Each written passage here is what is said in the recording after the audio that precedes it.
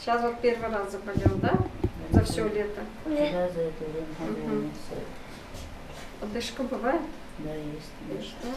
Сначала общение с родителями, только потом осмотр пациента. У Захидат Мальсаговой очень ответственная работа – врач-педиатр. Она должна не только правильно поставить диагноз и провести успешное лечение. Также доктор выступает в роли психолога для маленького пациента. Ведь ей нужно найти подход к каждому из ребятишек. А это не так просто. Ну, пациенты у нас разных возрастов. Это с 3-4 дней и до 18 лет пациента. Поэтому работать с ними по-разному нужно. С подростковым населением к ним уже один подход, потому что это уже переходный возраст, там формируется личность, там нужно это. С маленькими детьми, мне проще с маленькими, потому что была неонатологом, вот, с ними уже по-другому. Там больше всматриваться, на поведение смотреть, на ясность взгляда. Они могут говорить только глазами, своей мимикой, маленькие дети.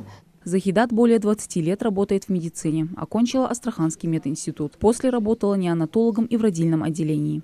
Но параллельно занималась педиатрией. Мечта стать именно этим врачом к ней пришла еще в раннем детстве. Вообще, мой участковый врач, это Марзиева Фатима, ее, наверное, многие знают.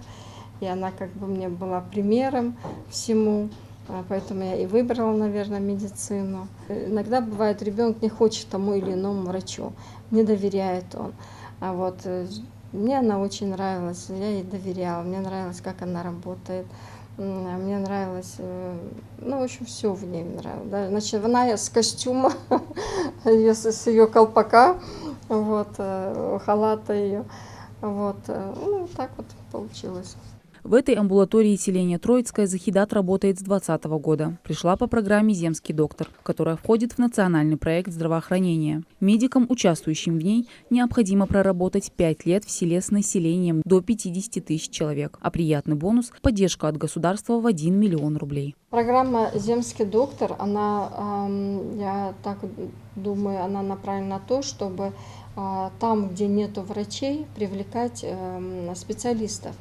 Вот, это в селе, в каких-то отдаленных регионах, где нет некому оказывать помощь. Вот, поэтому это как бы служит и для других примером, чтобы приходили и начинали работать в местах, где они очень необходимы.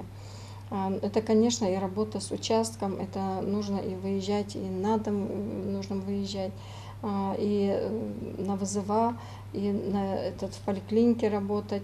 Работа, ну, она и интересная, конечно, но необходимая нашему населению. Врач должен иметь сильный характер и спокойный взгляд, считает Захидат Мальсагова. Независимо от загруженности и усталости, добросовестно и качественно выполнять свои должностные обязанности. Мадина Цора, Асхаб Белакиев, Новости 24.